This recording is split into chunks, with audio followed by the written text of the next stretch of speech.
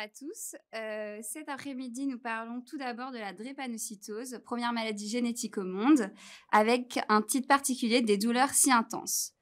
Nous allons commencer un premier topo avec Luce Cuséquesona, qui est une patiente ressource de l'association Drépagreffe, avec un topo sur au cours de la crise drépanocytaire. Bonjour à tous, je m'appelle Luce Cuséquesona, je suis patiente experte, patiente ressource et certifiée en éducation thérapeutique. Je vais tout d'abord vous présenter mon parcours et ensuite les travaux que je fais autour de la drépanocytose.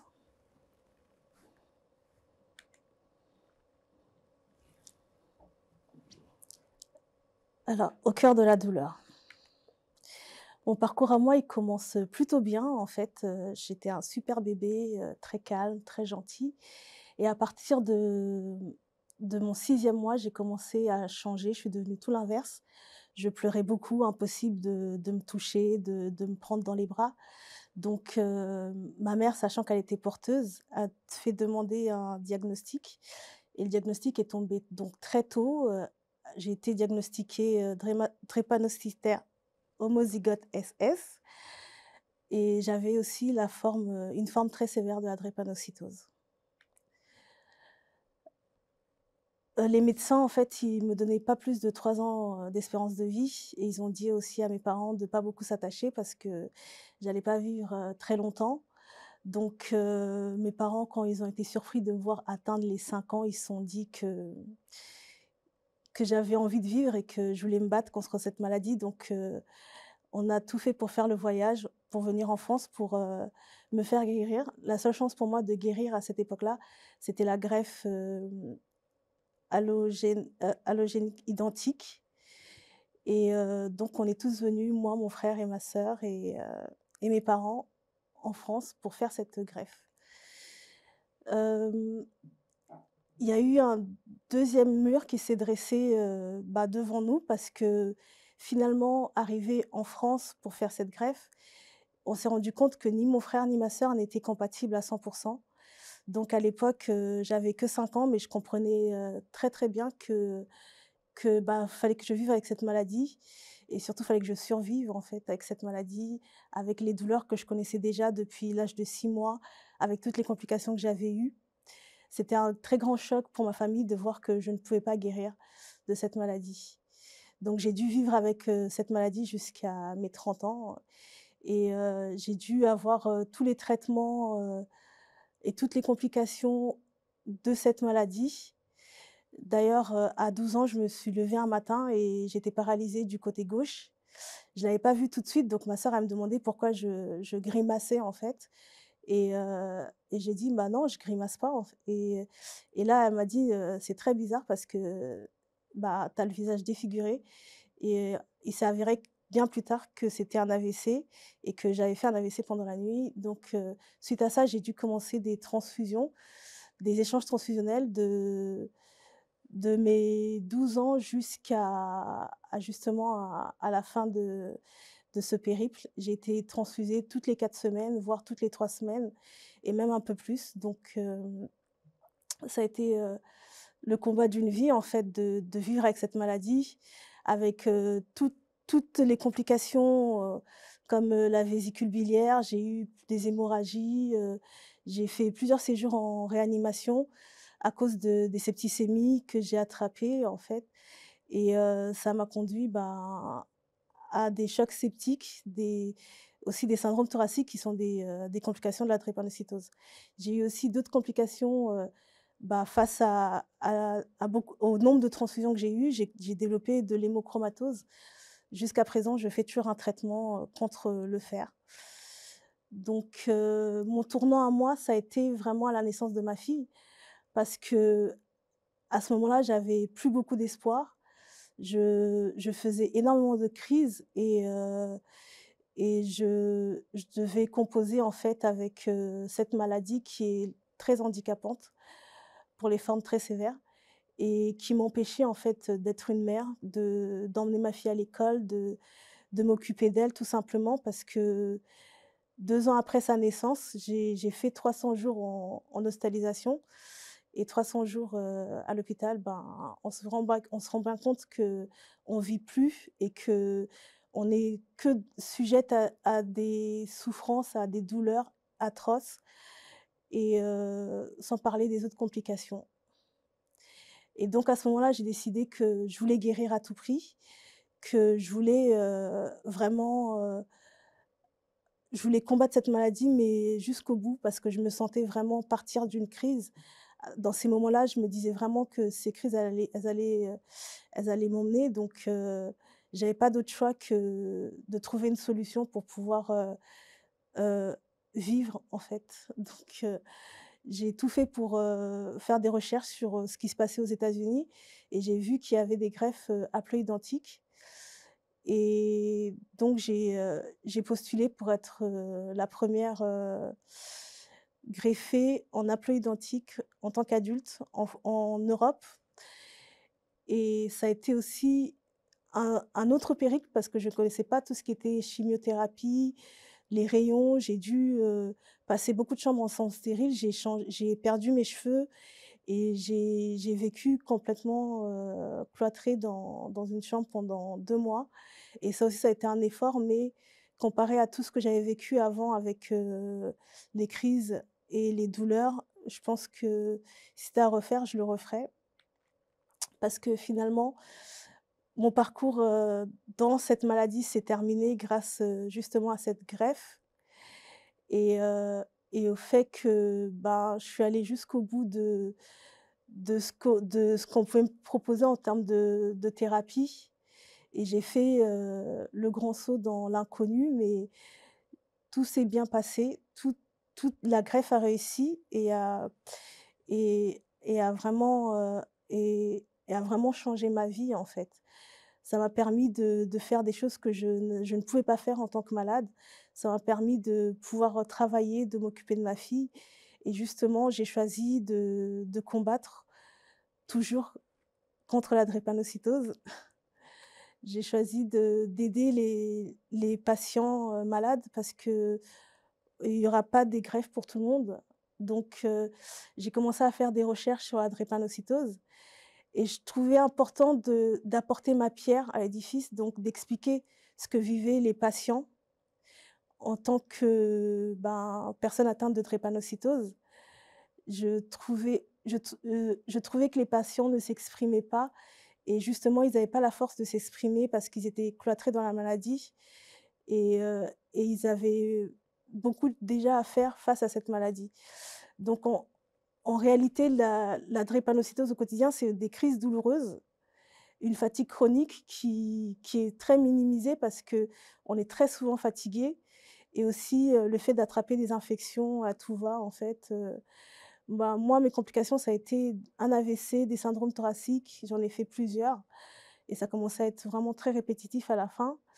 J'ai eu des traitements assez lourds et aussi, je dormais avec l'oxygène, je dormais avec le Desferal, donc je devais me piquer entre la piqûre et l'oxygène, il fallait que j'arrive à dormir pour aller, au lycée ou aller à l'école comme tout le monde, ce qui était, pas facile. Ce que j'ai retenu moi de toutes ces douleurs, c'est qu'elles sont très particulières. D'une, elles sont propres à la drépanocytose et aussi elles sont, enfin elles sont envahissantes et très fortes. Mais elles ont aussi une particularité, c'est qu'elles ont elles la douleur drépanocytaire a différentes composantes.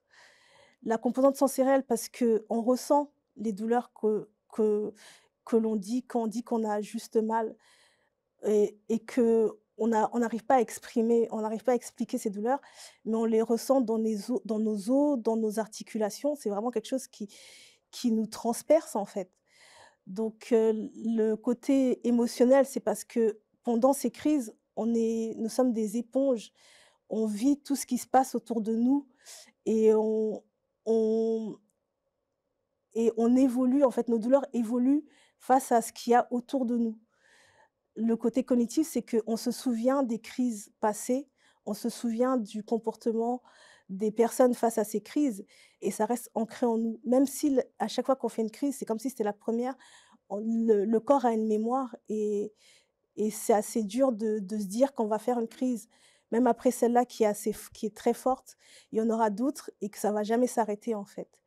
Et le côté comportemental, c'est que face à des douleurs aussi fortes et aussi envahissantes, on crée on crée, des stratégies d'éviction et on n'a pas d'autre choix que de pour se protéger et tenir en fait face à cette grosse douleur, d'avoir un comportement qui peut paraître, un peu bizarre ou inapproprié. Alors, la douleur drépanocytaire, particulièrement, elle est, multidimensionnelle, c'est-à-dire qu'on ressent tout en même temps et on a du mal à se repérer en fait. On perd nos repères et on est juste dans la douleur et dans la certitude aussi qu'on va mourir parce que ces douleurs sont tellement fortes qu'on a l'impression que la seule fin qui peut les arrêter, c'est que la mort. Donc on en arrive même à prier de mourir tellement on a mal. C'est des douleurs, imprévisibles parce que ça arrive n'importe quand, à n'importe quel moment. On peut les sentir arriver, mais pas tout le temps et précoces parce que moi, la première que j'ai eue, ça devait être vers l'âge de 6 mois et j'ai pas beaucoup de souvenirs de cette douleur, mais je sais que mes parents, eux, ils en ont. Donc ils se souviennent de moi souffrant bébé et ça s'est pas arrêté jusqu'à l'âge de 30 ans, en fait. Ce que je voudrais juste souligner, c'est que les circuits, de la douleur chez les drépanocytaires, ils sont ils sont autres que ceux chez les personnes qui n'ont pas de douleur récurrente. Donc nous, on a ce que j'ai entendu dire, c'est carrément des autoroutes, en fait, en circuit de la douleur. À force d'avoir mal et à force de repasser par les mêmes douleurs et ben, nos circuits, en fait, ils sont pas comme les autres. On est très sensible quand on est en crise et cette douleur, elle est vraiment intense et donc c'est assez pénible d'en parler même quand on n'a plus de crise parce qu'on est encore immergé dans cette douleur et on en a très peur. Alors, ce qu'on sait, c'est vraiment, qu'il y a plusieurs douleurs. Moi, c'est ce que j'ai défini avec, l'aide de plusieurs drépanocytaires, de plusieurs personnes atteintes de drépanocytose. C'est qu'il y a vraiment plusieurs douleurs qui varient en intensité et qui sont migratoires. Ça veut dire qu'on peut arriver aux urgences avec des douleurs aux jambes et en fait, après, on a mal au bras, au dos et ça, on ne peut pas le prévoir et le plus dur à faire comprendre, c'est qu'on a mal parce que ces douleurs-là, elles restent invisibles. Parfois, il y a des légers gonflements, mais en fait, les gens à l'extérieur ne voient pas ce qu'on ressent parce qu'on sait très bien ce qui se passe, à l'intérieur du corps, que les vaisseaux, sont bouchés et que, nos globules rouges n'ont pas la bonne forme. Mais en fait, nous, à l'intérieur, ce qu'on ressent, c'est vraiment des sensations d'étau, c'est-à-dire qu'on a l'impression que notre os, il explose de l'intérieur et de l'extérieur.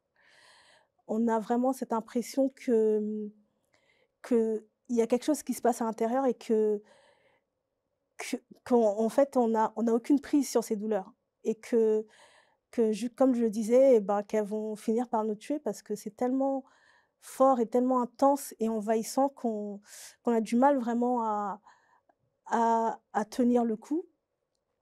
On a aussi des douleurs différentes, c'est ce que je disais tout à l'heure.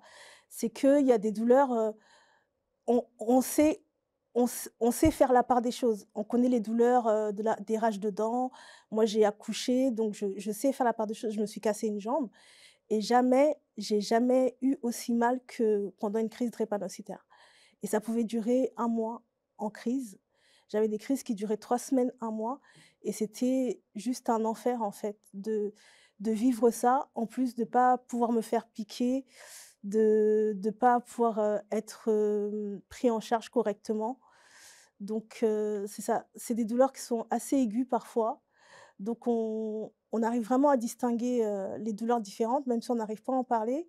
Moi, j'ai tout fait pour les faire imager, pour que les gens puissent comprendre à quel point, en fait, on souffre quand on a ces douleurs et à quel point on a peur aussi. On est totalement tétanisé par la peur, par le stress, parce qu'il y a, comme je disais, il y a une douleur émotionnelle. C'est-à-dire qu'on stresse parce qu'on sait quand elles commencent, les crises, mais on ne sait jamais quand est-ce qu'elles vont s'arrêter. Donc, face à ça, qu'est-ce qu'on fait? Moi, depuis toute petite, j'ai créé des stratégies d'éviction, c'est-à-dire que j'avais des mouvements frénétiques petite, donc ma mère, elle savait directement quand je faisais une crise.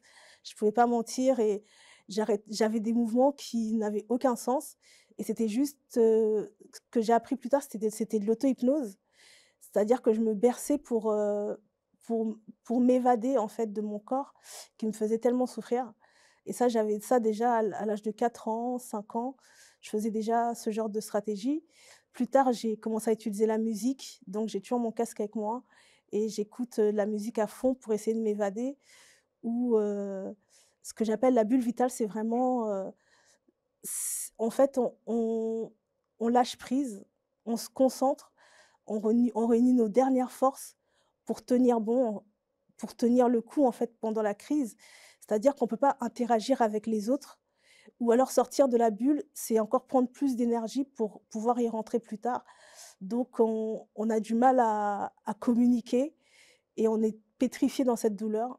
Donc c'est des stratégies d'éviction comme d'autres parce qu'il y a d'autres stratégies que j'ai pas répertoriées et à chaque fois que j'entends parler de une personne atteinte de drépanocytose et ben, elle me donne encore d'autres stratégies auxquelles j'avais pas pensé comme, la lecture frénétique ou d'autres choses comme ça qui sont propres à chaque malade en fait et à sa capacité de de se de tenir en fait face à la crise. Et la composante émotionnelle, c'est celle sur laquelle je trouve qu'on peut le plus travailler parce que comme on est des éponges et qu'on est vraiment, on et qu'on vit en fait, la crise de l'intérieur, on a cette capacité aussi à aspirer tout ce qui se passe autour de nous. Donc tout le ressenti, qu'on a en fait, est aussi, est impacté par les gens qui sont autour de nous. Donc les comportements aux effets négatifs, c'est-à-dire le doute, à chaque fois qu'on nous juge ou qu'on doute de nous et ben, nous, ça nous fait stresser et ça fait qu'augmenter notre douleur. Donc en situation de souffrance, il est difficile de trouver de l'énergie, de se faire comprendre. Ça, c'est exactement ce que je pense parce qu'on est envahi par cette douleur et le fait de devoir se répéter plusieurs fois, de prendre de l'énergie à expliquer ce qu'on a, c'est vraiment quelque chose qui impacte fortement notre douleur en négatif.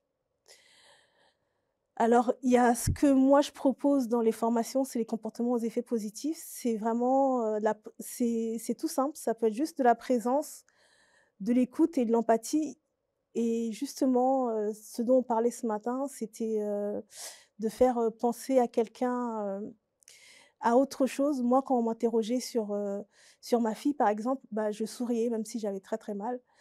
J'avais, cette manière en fait, il y avait cette manière de de penser à autre chose et de m'évader, en fait, parce que nous, en fait, on a tellement mal qu'on on est vraiment concentré sur la douleur, donc le fait de nous faire penser à autre chose, ça aide beaucoup.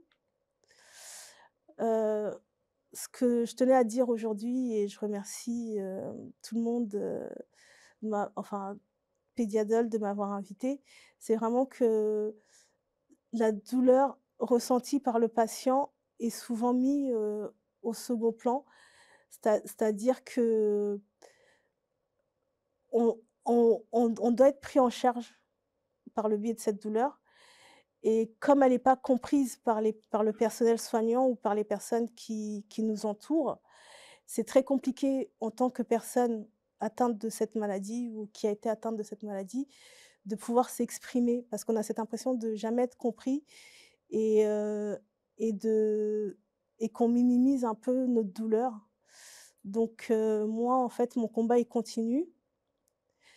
sachant que la drépanocytose, c'est la maladie la plus répandue, la maladie génétique la plus répandue dans le monde. Je pense qu'il y a beaucoup à faire dans ce combat-là. Je j'ai atteint, en fait, mon but en guérissant de cette maladie, mais j'ai pas atteint mon but en ce qui est de la reconnaissance de cette maladie et surtout de cette douleur qui reste très méconnue. Et j'ai créé, en fait, des formations, d'éducation thérapeutique pour expliquer la douleur vécue par les patients, pour que les patients soient mieux pris en charge quand ils arrivent, dans les urgences ou, voir leur médecin. Et j'ai créé aussi, un accompagnement pour les personnes qui vont se faire greffer parce qu'il y en aura de plus en plus. Donc, il y a besoin d'un accompagnement spécifique parce que cette douleur-là, on la vit pendant toute une vie et sortir de là, c'est pas forcément fini pour tout le monde. Je travaille aussi en tant qu'auxiliaire de vie scolaire et j'aide les enfants en situation de handicap et j'ai créé ma bande dessinée de livres illustrés où, j'explique justement les maladies avec des dessins. J'explique les maladies aux enfants, ce qu'ils ont et pourquoi ils ont aussi mal ou pourquoi ils doivent faire des traitements et à quoi ça leur sert tout leur traitement. Et avec ça, tout cet attirail de de choses que j'ai créées, j'espère vraiment, impacter en bien, le combat contre la drépanocytose. Et je remercie d'ailleurs les soignants de tout le travail qu'ils font parce que c'est un travail qui est très important et moi, enfin, je suis là grâce à eux. Donc les médecins qui m'ont soutenue, qui m'ont cru et qui m'ont littéralement sauvé la vie, je les remercie grandement. Je voulais juste citer le professeur Harley, le docteur Bernodin et le docteur Dédain et Manuela Léveillé et voilà. Merci à tous. Merci beaucoup Luce. Il y a beaucoup de messages qu'on ne peut pas tous lire, mais beaucoup de messages de soutien et beaucoup de messages de remerciements sur le chat pour ce témoignage. Il y a quelques questions aussi, mais qu'on va sans doute garder pour la fin de la session et passer la parole donc à l'équipe de l'hôpital Trousseau, le docteur Marie-Hélène Audiev qui est pédiatre au centre de référence de la drépanocytose et le docteur Cyril Bouteiller qui est urgentiste, qui travaille également au centre de la drépanocytose à l'hôpital Armand-Trousseau à Paris, à qui on passe la parole pour nous parler de la morphine en urgence lors des crises vaso-occlusives et l'intérêt des formes orales. Du coup, c'est difficile de, de rebondir après ce témoignage qui était poignant, mais du coup, je vais essayer quand même. Du coup, moi, je vais vous parler d'un travail que j'ai fait dans le cadre de ma thèse sur la prise en charge antalgique des crises vaso-occlusives chez les enfants drépanocytaires. Et voilà, en essayant de se concentrer sur la morphine orale, même si ce ne sera pas le résultat principal. Du coup, voilà. Donc, un mot de contexte, même si on est déjà au courant. La drépanocytose, c'est la première maladie génétique en France et dans le monde. Ça touche à peu près un peu plus de 4,5 millions de personnes dans le monde. Et c'est 600 naissances d'enfants drépanocytaires en 2019 en France, sur les données du dépistage néonatal. À l'hôpital Trousseau, il y a un peu plus de 300 enfants qui sont suivis pour drépanocytose, avec à peu près 200 hospitalisations par an pour une crise vaso-occlusive. Donc on voit bien que c'est un enjeu majeur de santé publique, avec une morbimortalité qui est importante, comme on l'a entendu tout à l'heure, avec de nombreuses complications aiguës, avec les crises vaso-occlusives, les syndromes thoraciques, les infections à répétition, et des complications chroniques, que vont être l'anémie, l'ostéonécrose et les douleurs chroniques, et tout le versant des complications psychologiques avec la dépression.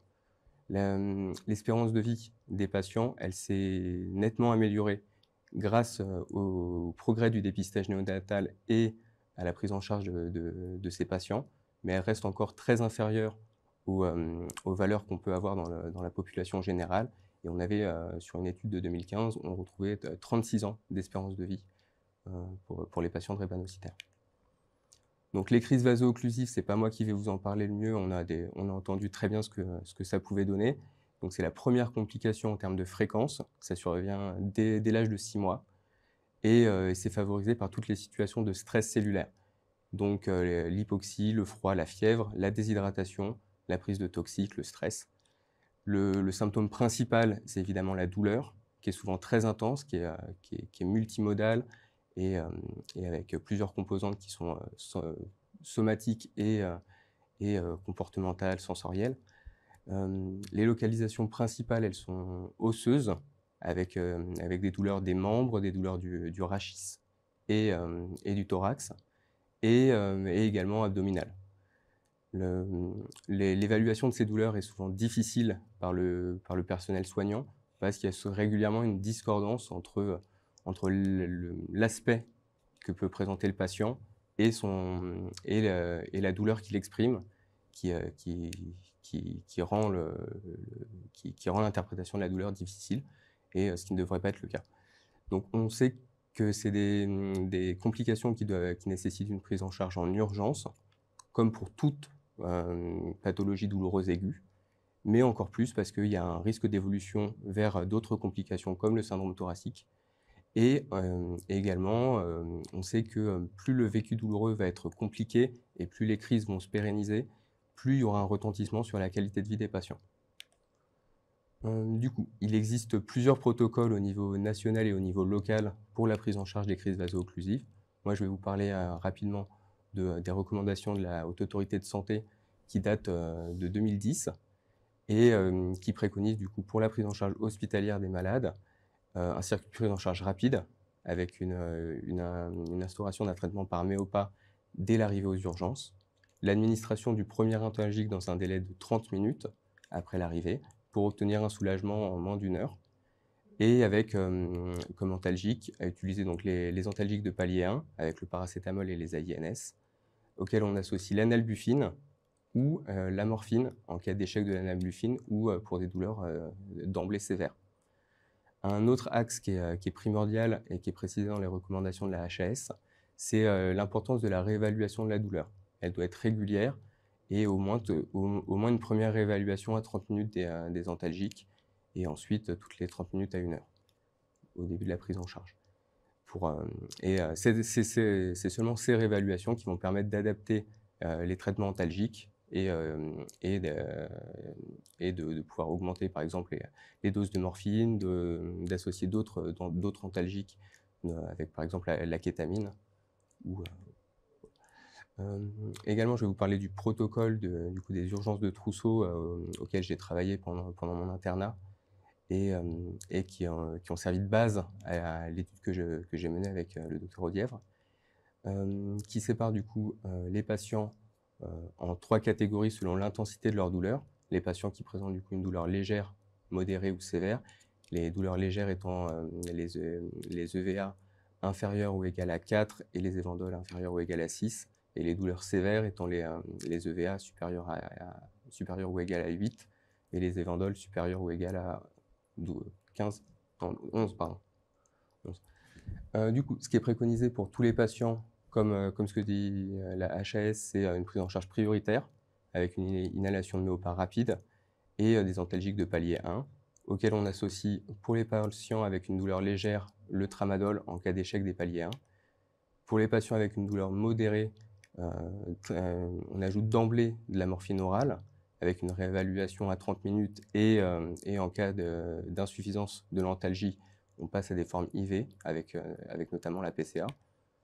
Et pour les patients avec une douleur sévère, le protocole préconise d'utiliser d'emblée de la morphine IV après une titration.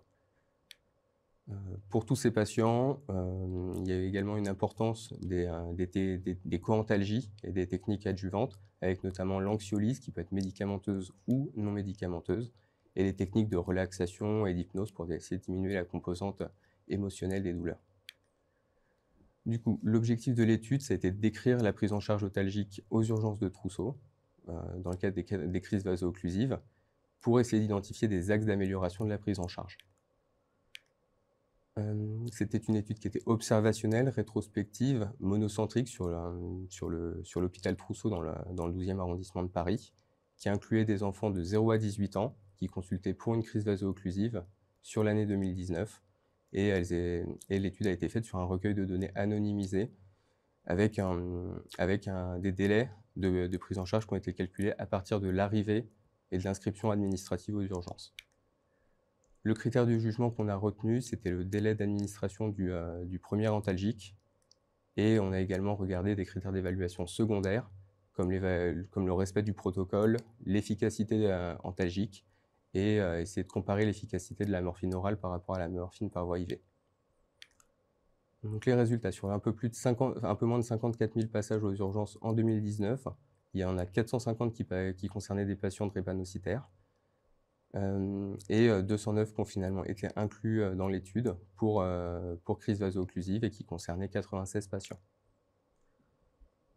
Sur les caractéristiques de la population, comme attendu, on avait une majorité de patients avec un génotype homozygote, donc 80% de patients qui étaient SS, et dont 40% étaient traités par hydroxyurée, une hémoglobine moyenne qui était autour de 8,8 grammes, et 86% des patients avaient déjà présenté une crise vaso-occlusive et 36% avaient déjà présenté un syndrome thoracique. Donc ce qu'on voit, c'est que sur la crise, 60% des patients se sont présentés dans un délai inférieur à 24 heures après les premiers symptômes, et un peu moins de 25% se sont présentés plus de 2 jours après le début des douleurs, que dans la moitié des cas, on avait une crise qui avait une seule localisation, une crise unifocale, et dans près de 20% des cas, la crise était multifocale. Sur la répartition dans les différents groupes de douleurs, c'était à peu près homogène, avec autant de patients qui avaient une douleur modérée et sévère, et un petit peu moins de patients qui avaient une douleur légère. Donc, sur l'administration des antalgiques, la quasi-totalité des patients ont reçu du paracétamol, à peu près la moitié ont reçu un AINS, et les 2/3 ont reçu de la morphine, que ce soit par voie orale ou par voie intraveineuse. On voit qu'il y a 40% des patients qui ont reçu du Méopa, mais probablement que ce chiffre est un peu sous-estimé par le fait que ce n'était pas bien renseigné dans les dossiers médicaux. L'utilisation des techniques adjuvantes, l'anxiolyse et également les emplettes de lidocaïne étaient très anecdotiques dans notre étude. Du coup, sur le critère de jugement principal, on voit qu'il y avait un délai du premier antalgique qui était de 28 minutes, ce qui est plutôt très bien, ce qui veut dire que 50% des patients étaient traités en moins d'une demi-heure, comme ce que préconisent les HAS. Et on voit également sur ce graphique que le délai était significativement plus court pour l'administration des antalgiques de palier 1 par rapport aux autres paliers d'antalgiques. Et sur le diagramme de droite, on voit que les patients qui avaient une douleur modérée à sévère étaient traités plus rapidement que les patients avec une douleur légère. C'est également ce qu'on va retrouver dans ce tableau-là. Donc on voit que le délai d'administration du premier antalgique était plus court chez les patients avec une douleur sévère. On était à 15 minutes contre plus d'1 heure pour les patients avec une douleur légère. Et on voit également qu'ils avaient beaucoup plus souvent du Méopa, et avec un délai d'administration du Méopa qui était plus court. Et en fait, ce qu'on voit, c'est que quand on regarde la deuxième ligne du tableau, c'est que la différence sur le délai d'administration des antalgiques est principalement liée au fait que les patients recevaient du Méopa plus rapidement. Et donc l'hypothèse qu'on a formulée, c'est que l'antalgie était administrée plus rapidement si elle pouvait être administrée dès l'accueil, dès l'évaluation initiale de l'infirmière à l'IAO. On voit sur la dernière ligne que les patients qui avaient une douleur sévère recevaient de la morphine également plus rapidement que les patients avec une douleur légère ou modérée, mais que ces délais étaient quand même toujours supérieurs à 1 heure, les délais médians. Si on regarde un petit peu ce qu'on voit dans la littérature, on voit qu'il y a d'autres études récentes américaines qui montrent des délais à peu près similaires, autour d'1 heure pour la première dose de morphine. Donc savoir qu'on traite rapidement la douleur, c'est bien, mais il faut aussi s'intéresser à savoir si on traite bien la douleur. Et c'est ce qu'on a essayé de regarder dans notre étude, c'est savoir comment étaient soulagés les patients à 4 heures de la prise en charge. Et on voit que tout en haut, c'est le bilan initial, l'évaluation initiale de la douleur, avec la répartition dans les 3 groupes. on voit que les patients avec une douleur légère ne sont pas ceux qui vont être problématiques, entre guillemets, parce qu'à H4, eux, ils restent peu douloureux, voire non douloureux. En revanche, quand on s'intéresse aux 35% de patients, aux 35% de patients les plus douloureux, on voit qu'on arrive à en soulager 38% à H4, avec 62% des patients qui restent dans ce groupe-là, qui restent douloureux. Si on regarde en globalité, on voit qu'on arrive à 64% de soulagement de douleur dans notre étude. Et si on s'intéresse à une méthode un petit peu alternative de voir les choses, on voit qu'il y a 72% des patients qui ont une diminution significative de leur douleur, c'est-à-dire une perte de 2 points de VA ou de 3 points d'évandole.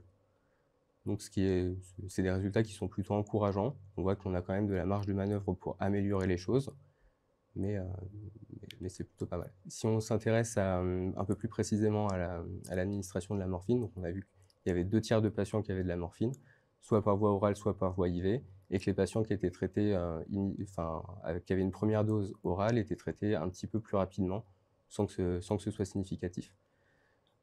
Si on regarde un petit peu les 2 groupes, on voit que ceux qui sont traités par voie orale ne présentent pas d'effet indésirable de la morphine, ce qui est plutôt encourageant sur le fait qu'on peut l'utiliser de façon sûre. Et si on regarde les groupes où il y a une première dose PEROS puis un relais IV, et les patients qui ont été traités par voie IV directement, on se rend compte que l'efficacité antalgique elle est similaire dans ces 2 groupes. Ce qui veut dire que probablement qu'il y a un intérêt de la morphine orale à la prise en charge initiale. Et donc qu'on peut l'utiliser de façon sûre et de façon efficace, à condition de réévaluer régulièrement la douleur et de relayer la morphine par voie IV dès que nécessaire.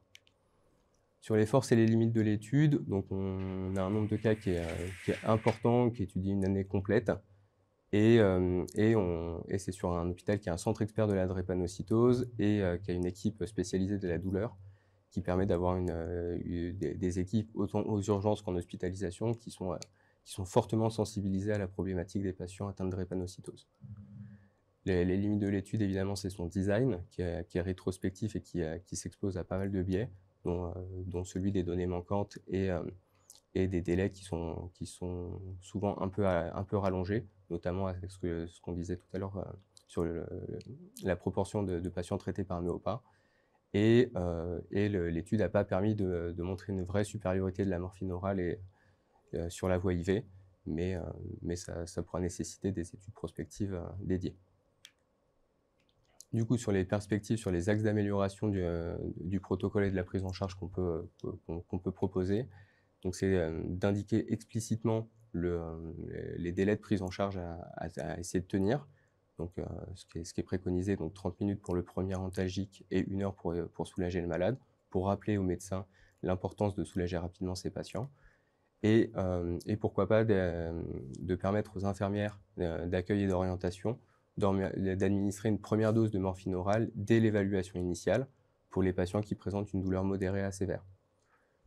Également préciser l'importance de réévaluer régulièrement la douleur, notamment à la phase initiale, et rappeler l'intérêt des thérapies adjuvantes, notamment l'anxiolyse et les techniques de réassurance. Donc, en conclusion, on a vu que la prise en charge des crises douloureuses des patients atteints de drépanocytose était une urgence qui diminue le risque de chronicisation des douleurs et qu'il faut qu'on garde cette problématique en tête en essayant d'améliorer chaque jour nos protocoles et nos prises en charge. Merci.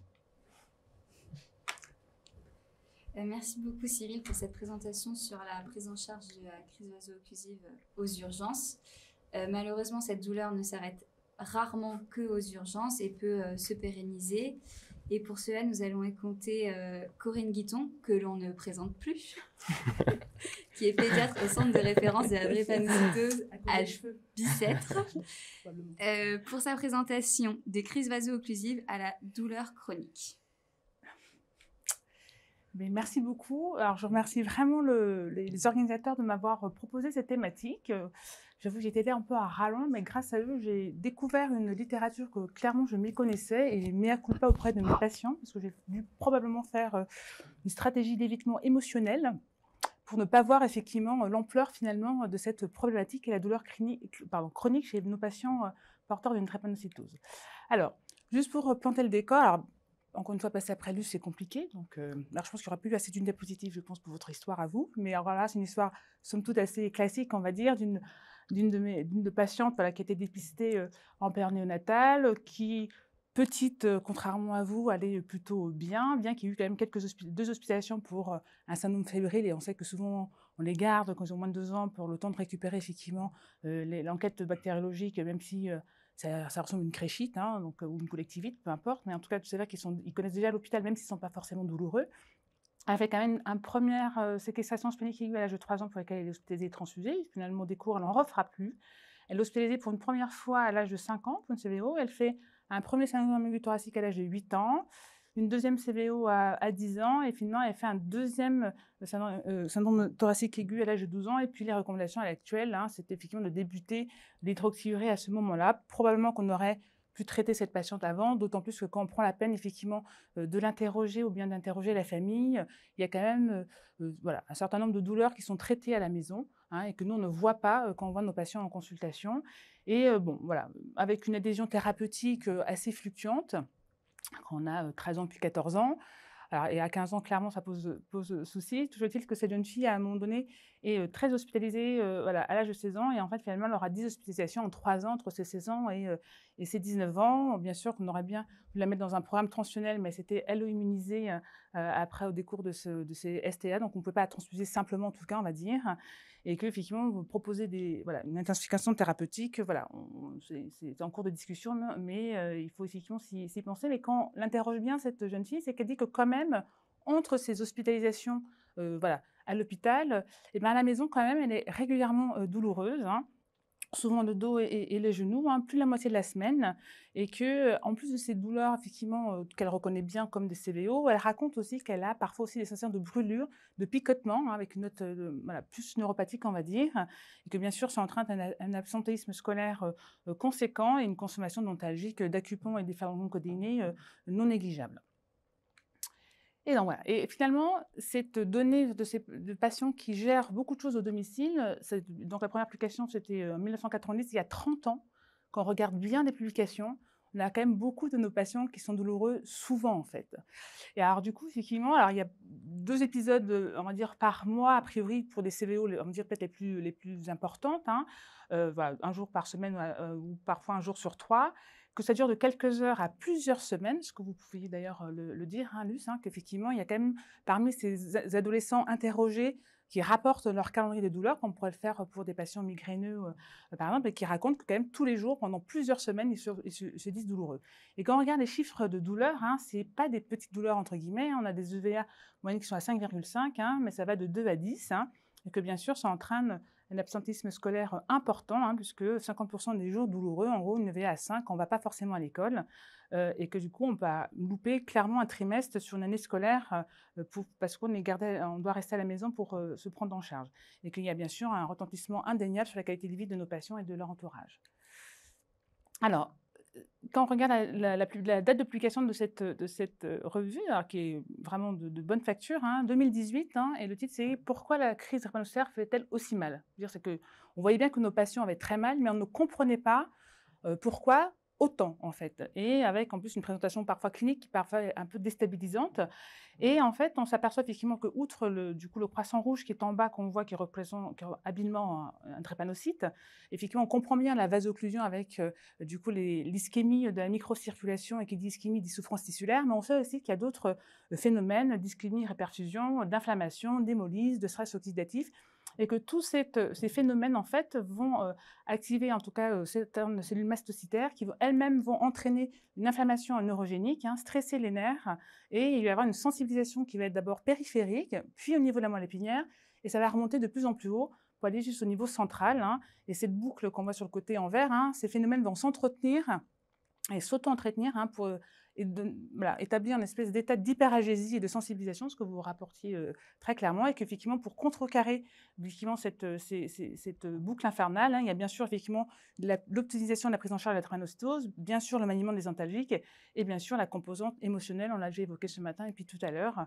pour éviter effectivement de casser cette boucle d'hyperalgésie. Et quand on regarde encore un peu près et qu'on voit du coup à gauche, on voit effectivement donc tous les phénomènes physiopathologiques qui sont identifiés, hein, ça va de l'adhésion cellulaire à l'hémolyse, à l'inflammation, le stress oxydatif et bien plus. Eh ben, il y a des cellules, donc encore une fois des mastocytes, mais également les neutrophile, qui vont relarguer un certain nombre de substances dont on sait maintenant, entre autres, hein, que ça va venir stresser le système nerveux périphérique, la moelle épinière et également le système nerveux central. Et peut-être que dans ces marqueurs, il y a l'ocytocine qu'on a évoqué chez le nouveau-né ce matin, sûrement. Donc tout ça, en tout cas, il commence à avoir des marqueurs voilà, physiologiques hein, qui donnent des pistes pour comprendre un peu ce torage et cette modification importante du circuit de douleur chez nos patients drépanocytaires. Et ça, on peut le mesurer objectivement, hein, que ce circuit est clairement, on va dire, malmené et déformé, en tout cas repensé par les expériences douloureuses répétées. Hein. Et quand on fait des mesures objectives de ce qu'on appelle de nociception, c'est-à-dire qu'on expose des patients au froid ou à la chaleur ou à la pression mécanique, hein, on voit qu'on a des patients qui vont déclencher une réponse beaucoup plus tôt pour des stimuli assez faibles que d'autres, ou encore à stimuli égal, il y a des patients qui vont réagir de façon beaucoup plus forte que d'autres, et ces patients-là, c'est ceux qui ont eu beaucoup plus de CVO dans l'enfance que les autres patients. Et quand on regarde également l'IRM fonctionnel, hein, une autre façon effectivement d'apprécier le reformatage de ce circuit cérébral de la douleur, on voit bien que les zones qui traitent la douleur, même chez des patients en dehors de toute crise, en tout cas ne se disent pas douloureux. Et quand on fait leur imagerie cérébrale, on voit bien que les zones qui traitent l'information de la douleur est tout le temps en hyperactivité, alors que les zones qui doivent, on va dire, inhiber cette douleur est plutôt en hypométabolisme. Donc là aussi, il y a une dérégulation importante. Et quand effectivement on regarde les publications de nos collègues psychiatres, hein, qui ont depuis quelques années commencé à alerter en disant que quand même ils commencent à voir dans leur patientèle des patients voilà, qui avaient des vrais épisodes de somatisation, d'anxiété, de dépression, de phobie, et bien que c'était des patients qui, enfants ou adolescents, avaient été exposés à des CVO particulièrement sévères, et que désormais, on pense qu'il y a à peu près 29% des adultes porteurs d'une drépanocytose qui ont une douleur présente 95 jours sur 100. Alors quand j'ai vu ce chiffre, j'avoue, je suis un peu tombée, alors j'étais dans un canapé, donc je ne suis pas tombée très haut, mais quand même, ça m'a quand même un peu interloquée. Et du coup, c'est encore des données quand même assez importantes, et pour que effectivement on va dire le collectif des gens qui s'occupent de la douleur ont décidé d'essayer de définir cette douleur chronique chez le patient drépanocytaire. Et quand on regarde la date de l'application, c'est 2017. Des données qu'on a depuis 30 ans, et c'est donc en 2017 qu'on a essayé de donner une définition circonstanciée de la douleur chronique du patient porteur d'une drépanocytose. Alors, il faut bien sûr avoir une drépanocytose, entre guillemets, il faut qu'on rapporte autant, on va dire, de jours douloureux le plus souvent dans le mois, les 6 derniers mois, et qu'il y a effectivement pas d'autre explication de ces douleurs.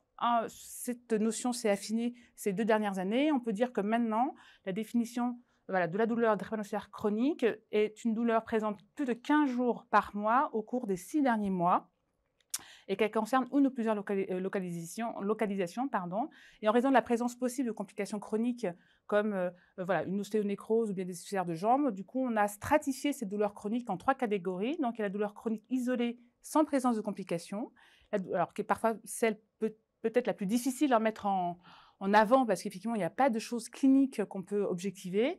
La douleur chronique avec présence de complications liées à la maladie drépanocytaire, comme un ulcère de jambe ou encore une ostéonécrose ou d'autres, ou alors une douleur plutôt chronique de composante mixte. Alors, et quand on applique ces définitions-là, là, on a à peu près 1 patient sur 2, adultes drépanocytaires, qui sont des douloureux chroniques. Mais, oups, ça ne marche plus. Donc, voilà. Alors, ces définitions de la douleur chronique, en tout cas, ne présagent pas des mécanismes ou des mécanismes qui sont impliqués dans ces phénomènes douloureux. Alors là, j'ai opposé nociception et douleur neuropathique, hein, mais on pourrait rajouter également la douleur voilà, cognitive et puis émotionnelle, bien sûr. Hein. Et on voit bien qu'il y a une intrication assez forte entre, effectivement, les composantes nociceptives. Hein. On repense encore au schéma, des illustrations que Luce a pu faire pour raconter ce qu'elle sentait. Ça tape, ça broie, ça serre, ça transperce, j'ai entendu, enfin, des choses extrêmement vraiment du vocable de la nociception. Et à contrario, effectivement, comme la patiente au début de la présentation, qui présentait, décrivait vraiment d'authentiques brûlures hein, dans les cuisses, des décharges électriques, des picotements, et puis vraiment une composante plutôt neuropathique. Et c'est vrai que quand on fait des DN4 à nos patients drépanocytaires, il y a effectivement souvent, en tout cas possiblement une composante de douleur neuropathique dans ces douleurs chroniques et qui est peut-être pas si bien traitée que ça, déjà, un, pas évaluée, et deux, encore moins bien traitée, et qu'il faudrait peut-être qu'on y fasse plus attention. Et alors du coup, il y a des patients, des collègues drépanocytologues, notamment M. Dampier, qui ça fait très longtemps qu'il s'occupe de ça, de la douleur chez les patients drépanocytaires, qui a essayé d'essayer de mettre un score qui pouvait prédire quels sont nos adolescents à risque de devenir des douloureux chroniques. Alors c'est un score assez simple, hein, avec 9 items, donc les 4 premiers concernent des éléments physiques, hein, il faut répondre oui ou non. Quand vous répondez oui, ça compte 1 point, quand vous répondez non, 0. Alors ma douleur concerne plus d'une partie du corps, je ne peux marcher que sur une courte distance à cause de ma douleur, c'est difficile pour moi d'être à l'école toute la journée, j'ai des difficultés à m'endormir ou à dormir, et je me réveille souvent la nuit. Et finalement, dans les éléments psychosociaux, il y avait 5 items. J'ai du mal à être physiquement actif, je m'inquiète beaucoup pour ma douleur, je pense que ma douleur est terrible et qu'elle ne pourra pas s'améliorer. En général, je m'amuse moins qu'avant. Hein. Ce côté sociabilisation est quand même une donnée importante. Et en général, ces 2 dernières semaines, la douleur a-t-elle été un problème, il faut juste entourer un des 5 items en bas. Énormément, beaucoup, ça cote 1, et moyennement, un peu, pas du tout, ça cote 0. Et donc, on a un score qui va de 0 à 9. Alors, ce qui est surprenant, c'est que finalement, à partir de 3, que 3, j'allais dire, on a des risques de devenir un patient douloureux chronique. Et en plus, le 3 n'a pas le même poids en fonction si c'est effectivement des éléments physiques qui sont mis en avant ou bien c'est plutôt des éléments de psychosociaux. Hein. Si vous avez effectivement coché 3 items de la rubrique psychosociale, hein, et bien vous êtes à très haut risque de devenir un patient douloureux chronique. Donc, c'est effectivement des choses assez... alors, pour avoir commencé à l'utiliser, c'est assez facile à faire et ça peut tomber assez juste. Et alors, comme on est parfois un peu comme Saint Thomas, pour se dire on ne croit que ce qu'on voit, c'est vrai qu'il y a aussi commence à avoir des publications pour essayer de mesurer physiquement ces patients chroniques. Et en fait, on a aussi un cortège biologique hein, de patients qui surexpriment dans leur plasma, là c'est le NGF, substance P et puis tryptase level, peu importe. Toujours est-il que il semblerait qu'il y ait des profils biologiques de certains marqueurs qui va vous dire que vous avez des patients qui vont être plus douloureux chroniques que les autres. Hein. Et on voit dans l'histogrammes bleus hein, qu'effectivement, ça peut commencer à l'adolescence et que c'est surtout effectivement les jeunes adultes qui commencent à avoir des patients avec des douleurs chroniques. En tout cas, on peut de façon objective peut-être utiliser ces marqueurs-là, puis bien d'autres comme on a vu sur la précédente diapositive physiopathologique, hein, pour essayer de mesurer un peu plus cette balance de chronicité. Et donc, du coup, cette prise en charge de la douleur va devenir un vrai défi. Alors, là aussi, hein, il y a des recommandations récentes de 2020 hein, de la Société américaine d'hématologie hein, qui donne des recommandations pour les CVO, les douleurs aiguës, mais également pour les douleurs chroniques. Et leur premier item, c'est vraiment de limiter les morphiniques. Donc, plus. Alors, c'est vrai que ça survient dans un contexte aux États-Unis, il y a eu quand même un mésusage de l'oxycodone et qui pose vraiment des vrais problèmes, d'une part. Mais en plus, on sait qu'effectivement, quand on interroge les patients qui ont de la morphine quotidiennement pendant des années, ils ne sont pas finalement aussi soulagés que ça, qu'on pourrait s'entendre. Et donc, du coup, il faut vraiment limiter cette prescription de morphinique. Hein. Il faut bien sûr effectivement dépister les composantes neuropathiques et les traiter. Et alors, du coup, ils essaient de promouvoir, bien qu'il n'y ait pas vraiment de data encore dans la littérature, de données vraiment, on va dire, dures scientifiquement pour utiliser la gabapentine, les inhibiteurs de la recapture de la sérotonine ou encore les antidépresseurs tricycliques, hein, pour agir effectivement sur des circuits de la douleur différents. Et bien sûr, hein, développer les stratégies non pharmacologiques, hein, avec l'hypnose, l'auto-hypnose, les thérapies cognitivo-comportementales, les stratégies de coping, enfin bon, vraiment tout ce qui feront sûrement mieux que les morphiniques ou apparentés. Et effectivement, c'est aussi un défi parce qu'on a bien vu qu'il n'y avait pas que voilà, les éléments biologiques qu'il faut prendre en charge. Bien sûr, on peut essayer d'équilibrer la maladie en la traitant, mais il y a également la dimension effectivement sociale, sociétale et psychologique qui vont venir voilà, s'intriquer dans cette douleur, aussi bien aiguë que chronique, qu'il faut également jouer sur ces aspects-là et qu'on sait que quand on met l'accent sur la prise en charge des facteurs psychosociaux, on limite la récurrence et la gravité des crises et que cette prise en charge doit être vraiment biopsychosociale au sens large et que quand qu'on voit à peu près du coup finalement le nombre d'intervenants, si on voulait bien faire, vraiment prendre en charge de façon optimale et globale ces patients, il y en a quand même beaucoup. Alors bien sûr, il y a l'hématologiste qui est en haut. Alors, j'aurais pu croire que le rond serait plus gros, mais non, en fait, pas tant que ça. Donc, voilà. Mais vous avez effectivement... Alors, le spécialiste du sommeil, c'est aussi le sommeil chez les patients drépanocytaires. C'est un vrai sujet et qui semble vraiment impacter énormément leur qualité de vie. Vous avez, bien sûr, je dis bien sûr, mais nos collègues, effectivement, psychologues ou pédopsychiatres, toute une... Voilà, on va dire, de champs de compétences qui seraient importants de pouvoir coordonner ensemble, avec peut-être également s'appuyer plus souvent sur nos équipes douleurs pour pouvoir effectivement prendre en charge les patients douloureux chroniques. Donc, alors, on sait que la CVO et ou les douleurs chroniques sont d'une physiopathologie complexe et qu'on commence, on a l'impression de commencer à mieux y voir quelque chose et peut-être du coup pouvoir proposer voilà, une prise en charge optimale, qu'il faut déjà la reconnaître et la nommer, cette douleur chronique, il faut se donner les moyens effectivement de l'évaluer honnêtement et en croyant nos patients, notamment. Développer, bien sûr, et améliorer l'arsenal thérapeutique et probablement qu'en identifiant les substances qu'on a vues qui pouvaient vraiment sensibiliser voilà, le système nerveux périphérique, médulaire ou central, on pourra peut-être avoir effectivement une pharmacologie un peu plus large que ce qu'on a actuellement entre la morphine, l'acupon et puis la kétamine et puis voilà, bon, sur le paracétamol et les choses, mais du coup, c'est intéressant.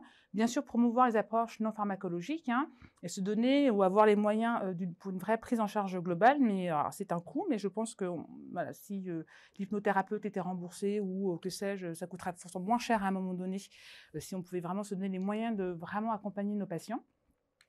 Et que peut-être également, il va falloir surtout prévenir la survenue effectivement des crises vasoclusives, effectivement le traitement de la morphine très tôt pour casser très vite une crise douloureuse, discuter de plus tôt possible chez nos patients une intensification thérapeutique et pas attendre à une énième complication, et que peut-être que déjà quand on monte l'école, quand on pose des questions déjà de ce qui se passe à la maison, parce qu'on ne les voit pas à l'hôpital que ça va bien, ça aussi il faut vraiment prendre le temps d'évaluer ce retentissement à la maison, et que ne pas... Alors maintenant c'est vrai qu'on a en plus un arsenal thérapeutique qui commence à s'étoffer, l'hydroxyuréa, on connaît bien, mais le programme transfusionnel, les crises anésimables, on peut parler du voxélator par exemple, mais la greffe de moelle, voilà, géno-identique ou même haplo-identique, on sait que maintenant c'est possible et qu'il faut effectivement ne pas hésiter à anticiper les problèmes et proposer à nos jeunes patients des options thérapeutiques pour effectivement avoir une vie plus sympa et éviter ce que Luce a pu traverser. Merci. Merci beaucoup Corinne. Je ne sais pas s'il faut se réjouir d'avoir autant de marge de manœuvre dans l'avenir, mais en tout cas, il y a encore beaucoup de travail. Merci beaucoup. On est un petit peu en retard. On va enchaîner directement avec le docteur Sébastien Rouget, qui est pédiatre et médecin d'adolescents au centre hospitalier sud-francilien à Corbeil-Essonnes, et qui va nous parler justement de ces crises douloureuses répétées chez l'adolescent et du moyen, j'espère, d'en sortir. Merci de m'avoir invité. Merci de m'avoir invité sur ce thème-là. Je ne suis pas sûr que je vais avoir toutes les réponses à donner. En tout cas, on peut y réfléchir ensemble. Sur ces crises douloureuses répétées à l'adolescence, moi j'arrive un petit peu avant ce dont Corinne vient de parler, ces patients qui ont des douleurs qui se sont chronicisées, qui sont devenues des douleurs chroniques invalidantes, dont on entend parler. Et j'aimerais bien qu'on parle de ces patients qu'on voit, pas si nombreux que ça, mais qui nous prennent du temps, de l'énergie, qu'on voit régulièrement pour des douleurs en hospitalisation et qui parfois nous énervent parce qu'on n'arrive pas bien à les soulager, parce que quand on est médecin soignant, on aimerait bien arriver à mieux traiter ces situations-là et qui parfois nous provoquent aussi des réactions qui ne sont pas toujours adaptées ou des réflexions qui en fait montrent qu'on ne comprend pas bien les choses ou qu'en tout cas on n'a pas bien saisi là ce que ce patient vivait. Et j'aimerais bien qu'on essaye de se mettre finalement dans la situation d'un adolescent et de se replacer dans la vraie situation de l'adolescent qui est en train finalement de traverser son adolescence avec une maladie. Finalement, si on essaye de faire la part des choses entre l'adolescence et la drépanocytose, on voit que ce sont deux systèmes de force antagonistes, avec un processus adolescent qui devrait stimuler la croissance, la puberté, notamment chez les garçons, qui devrait permettre de prendre de l'autonomie par rapport à la famille, par rapport aux adultes, y compris au prix de conduite d'essai, parfois dénommée conduite à risque, qui stimule les relations avec le monde extérieur et qui doit faire émerger à terme l'expression d'une sexualité. La drépanocytose, comme beaucoup de maladies, vient en contradiction avec ce processus-là, par ses aspects développementaux, le retard pubertaire notamment, par ses aspects de dépendance au monde extérieur, dépendance aux parents, dépendance au traitement, aux échanges transfusionnels, que sais-je, par la différenciation créée par la maladie vis-à-vis des pairs, et puis parfois la drépanocytose peut risquer en tout cas d'occulter les besoins de santé primaire. Nous, médecins d'adolescents, on est parfois sollicités par des médecins drépanocytologues qui nous demandent de protéger la drépanocytose du retentissement de l'adolescence. Attention, il y a des questions autour de l'observance, il y a des questions autour de certains comportements qui nous paraissent risqués. Et bien souvent, on arrive avec l'enjeu, avec l'impératif de protéger aussi l'adolescence de la maladie chronique.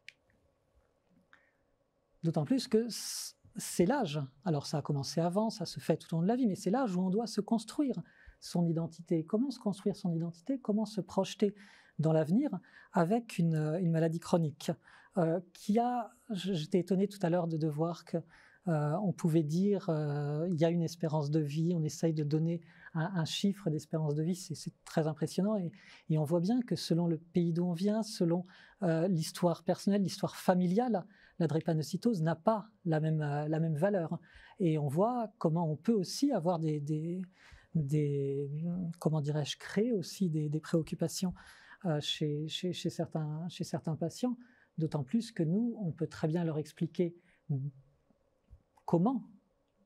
d'où vient la maladie, quelle est la génétique, quel est le mécanisme, mais que la question la plus importante, et qui est une question métaphysique à laquelle évidemment nous, professionnels de santé, on ne va pas avoir la réponse, c'est la question du pourquoi. Pourquoi cette maladie? Pourquoi moi? Et ça, évidemment, on n'aura pas la réponse. Nos ados, lorsqu'on parle de la maladie avec eux, arrive à un moment toujours la question de la visibilité. Est-ce que cette maladie, c'est une maladie invisible? Les douleurs sont en général invisibles, mais la maladie, elle n'est pas forcément invisible. Certains de nos jeunes sont très gênés par certains aspects de la maladie. L'ictère conjonctival est quelque chose qu'on rencontre assez fréquemment, qui nous, professionnels de santé, nous paraît pas quelque chose de très grave. Hein. C'est pas grand-chose d'avoir les yeux un peu jaunes. Ouais, allez dire ça à un jeune adolescent en train de se construire son identité, en train de s'expérimenter dans le rapport avec les autres. Et puis, depuis tout à l'heure, je parle de puberté. Alors moi, médecin d'adolescent, je ne vais pas pouvoir m'empêcher de parler de puberté, mais oui, on se connaît bien aussi ce décalage pubertaire chez les garçons, responsable d'un aspect différent, d'une petite taille, d'un aspect plus infantile, à l'âge où justement on ne le vit pas toujours très bien. Et puis, au-delà des signes de la maladie, au-delà du retard pubertaire, il y a aussi parfois des signes qui sont plus discrets, parfois qui vont être particulièrement mal vécus en réalité par certains jeunes, qui sont les signes liés au traitement ou liés aux prises en charge médicales. Je parle de la cicatrice d'une chambre implantable, par exemple. Je parle aussi des cicatrices de cholécystectomie ou de ces petites cicatrices kéloïdes liées aux voies veineuses périphériques si fréquemment posées lors des arrivées aux urgences. Une fois qu'on a parlé de ça, toute la question finalement, c'est celle qui traverse tous les adolescents, malades ou non, de leur normalité. Est-ce que je suis normal? Et comment puis-je me construire une image de normalité malgré cette maladie chronique que je traverse? Alors, je vais parvenir sur ce que vous disiez, Luce, sur la douleur qui était poignant. Vous parlez de l'imprévisibilité, et c'est vrai que c'est quelque chose que nos ados nous disent régulièrement, ça, le fait que ces douleurs, je ne parle pas de celles forcément qui vont amener à l'hôpital, et Corinne Guetton disait qu'il y en avait 60-80% qui n'amènent pas à l'hôpital en réalité des douleurs. Je parle de l'ensemble des douleurs, et aussi du retentissement scolaire là, qui forcément va exister.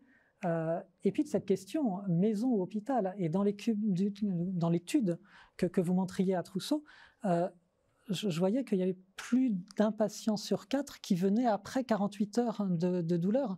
Comment, alors est-ce que c'est une crise un peu bifocale avec une réascension de la douleur? Est-ce que ce sont des patients qui ont longtemps essayé de se traiter tout seuls chez eux avant finalement d'arriver à l'hôpital d'épuisement? J'étais très impressionné quand même par ce chiffre-là. Et puis, vous avez aussi évoqué le lien très fort entre la douleur et les aspects psychologiques, sociaux, à la fois dans l'émergence de la crise, mais aussi dans le ressenti de la crise. Sur les traitements, je ne vais pas du tout parler des traitements médicamenteux, moi, à mon niveau. Et puis, vous avez aussi évoqué les traitements pharmacologiques qu'on respecte, qu'on connaît, qu'on commence à mieux connaître en tout cas, et que nos patients nous expriment. Alors certains vont nous dire qu'ils ont besoin de toucher la zone douloureuse, ou moi je suis parfois impressionné de voir des parents qui massent de manière très énergique un patient douloureux. D'autres au contraire, ça va être impossible à toucher évidemment, et on va respecter évidemment chaque besoin de nos patients.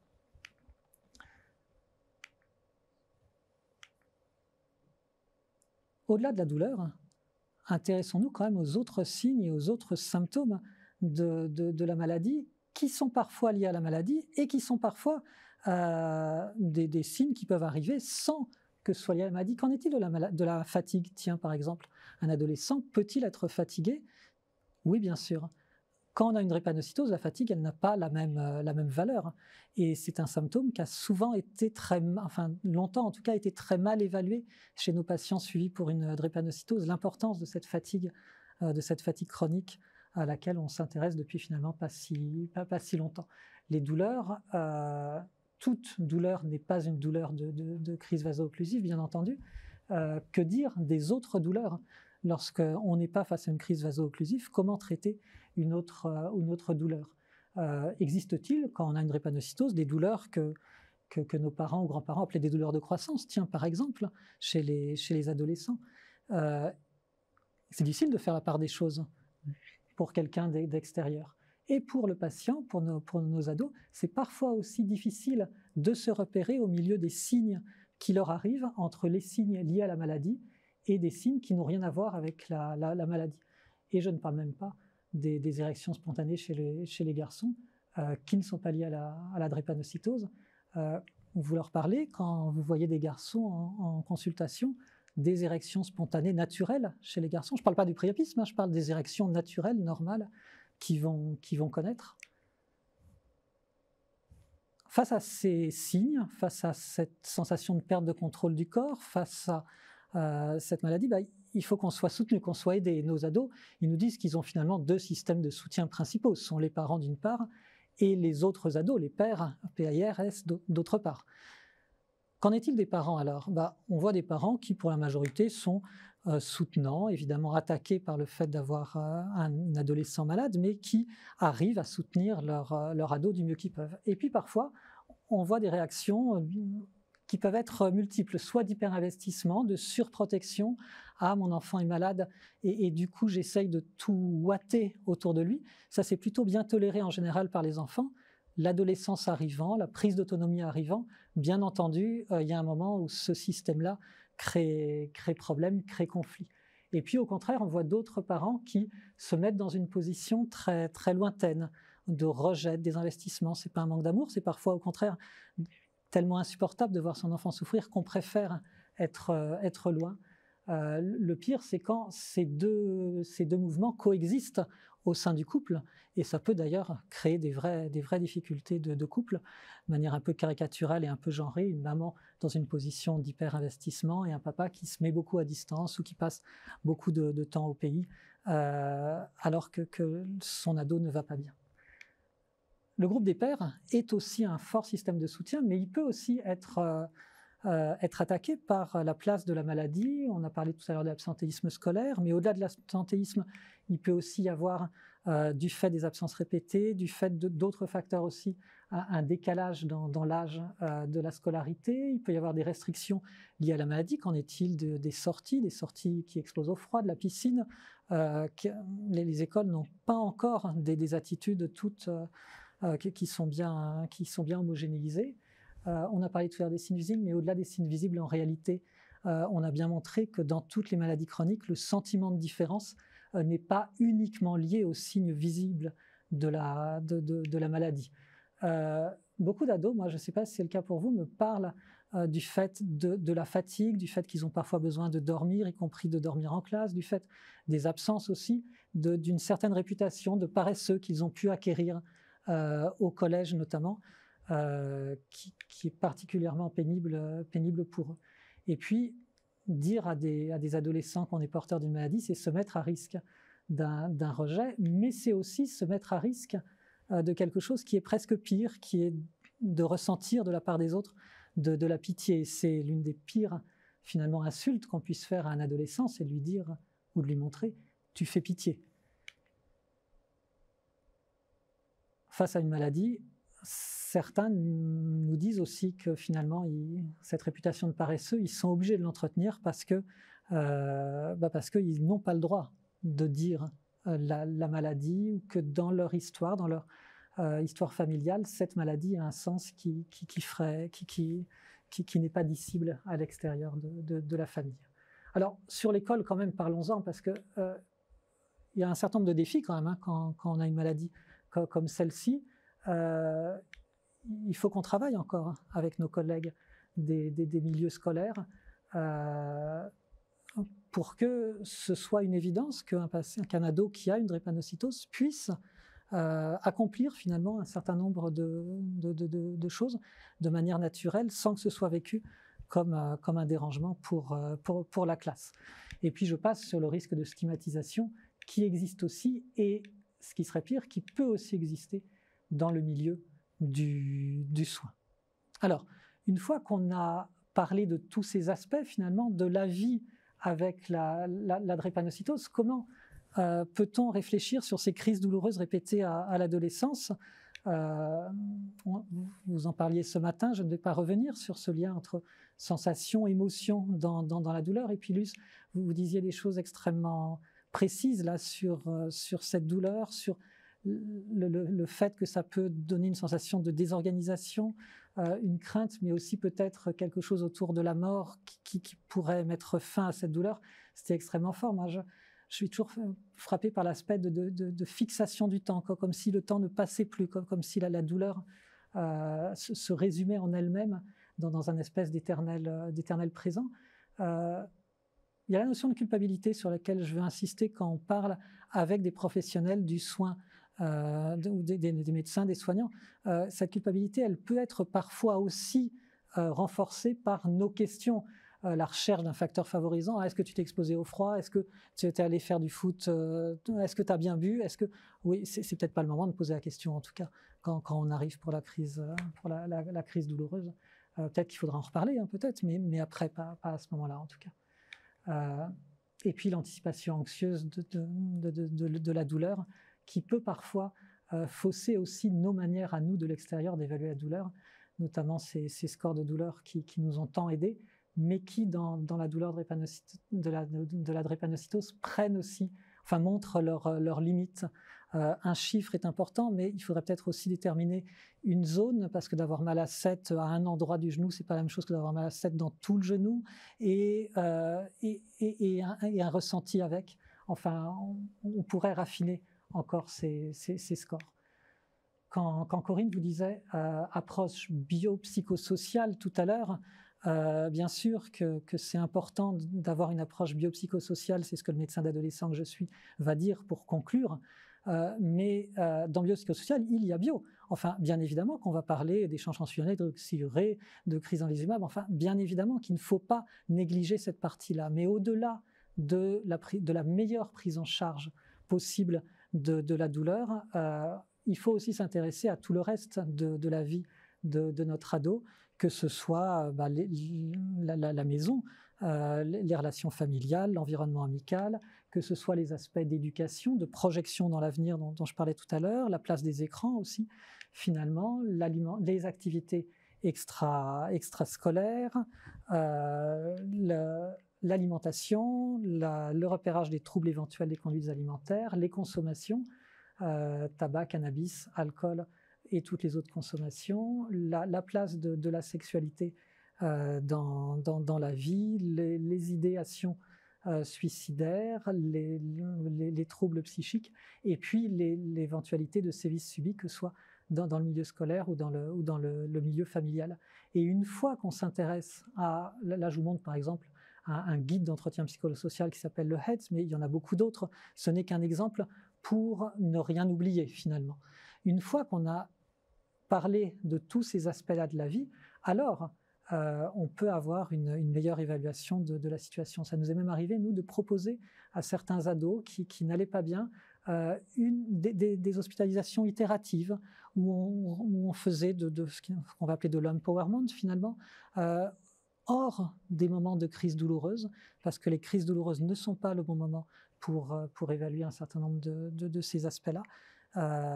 Et finalement, de faire revenir des adolescents de manière programmée quelques jours dans une unité de médecine de l'ado en dehors d'une crise douloureuse permettait de moins les voir revenir pour des crises douloureuses. Voilà, je vous ai mis quelques références bibliographiques, mais finalement, mon premier remerciement, il ira aux adolescents qui m'ont appris tout ça au-delà des livres ou des articles. Merci.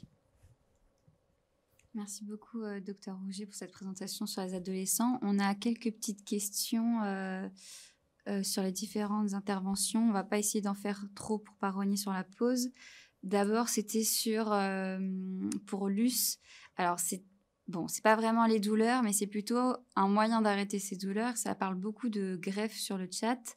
Et c'était du coup peut-être une explication assez rapide sur en quoi consiste cette greffe et pourquoi tous les malades drépanocytaires ne sont pas du coup greffés. Bon. Je ne sais pas si ça va être assez complet. En tout cas, la greffe de moelle osseuse, c'est...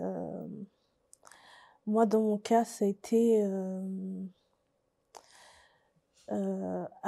j'ai eu un traitement par chimiothérapie et par rayon pour baisser mon système immunitaire et avoir la moelle de ma sœur pour remplacer ma moelle, parce que c'est la moelle osseuse qui fabrique les globules rouges.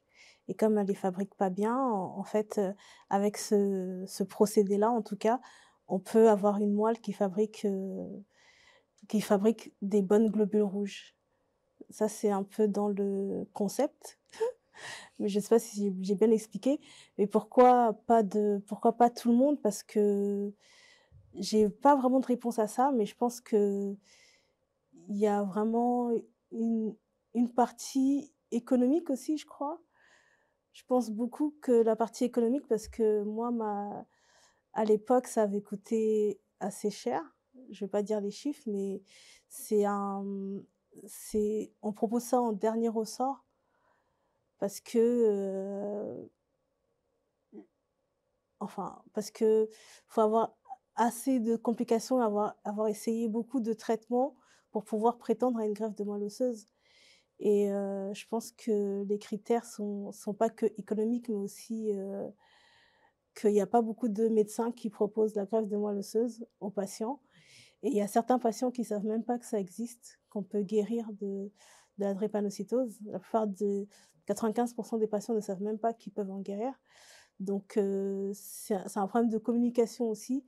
Je pense qu'il y a de plus en plus de médecins qui proposent la greffe, mais faut vraiment... pour y prétendre, il faut vraiment avoir... c'est des choix que font les médecins eux-mêmes. Donc, je Je ne sais pas si j'ai répondu à la question, mais... On va juste... Merci beaucoup, Luce. Il y a une autre question, et on doit rendre l'antenne, je sais pas si vous aimez ça, dans 2 minutes, sur le nom de votre bande dessinée, et puis peut-être rappeler que vous êtes à la recherche d'un éditeur pour la bande dessinée, et que peut-être c'est l'occasion de non seulement la reciter et de faire passer un message court avant qu'on passe aux autres questions. Oui, en fait, elle s'appelle Fighting Dreamers. Et c'est une bande dessinée pour accompagner les enfants en situation de handicap ou malades et leur expliquer en fait leur maladie et aussi leur donner un coup de pouce en fait pour qu'ils aient un meilleur mindset en fait pour affronter en fait les quotidiens des enfants malades, parce qu'en travaillant avec des enfants en situation de handicap et malades, j'ai remarqué que la plupart ne savent pas ce qu'ils ont, enfin pourquoi ni comment, ce dont on parlait tout à l'heure, et donc ils culpabilisent aussi beaucoup d'être malades. Donc moi je leur explique très simplement et très clairement leur maladie et comment en fait la combattre au mieux. Et je cherche un éditeur pour ce projet-là. Et oui, s'il y a quelqu'un qui est intéressé ou qui voudrait bien m'aider, je suis là. Il y avait votre adresse email en plus dans la Oui, diapositive, donc on peut vous contacter si jamais on a peut un me ami contacter. éditeur. Et on va terminer avec une dernière question qui du coup est pour un peu tout le monde et qui va... Vous avez 2 minutes pour répondre. Le CBD en pédiatrie et chez les patients drépanocytaires. Je vois la tête de Cyril. Est-ce que quelqu'un veut répondre? Est-ce que ça a déjà été essayé? Alors, pour moi, non. Enfin, dans ma patientèle, je ne pense pas d'avoir utilisé effectivement ce type de molécule. Le cannabis thérapeutique.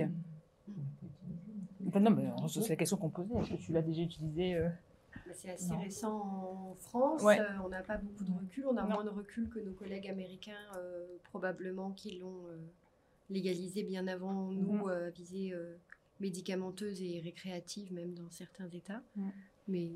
et même, je vais essayer de regarder pour les collègues hollandais, puisque en Europe, ils ont déjà accès à ce type de choses. Et je n'avais pas vu de publication des collègues hollandais concernant la patientèle drépanocytaire.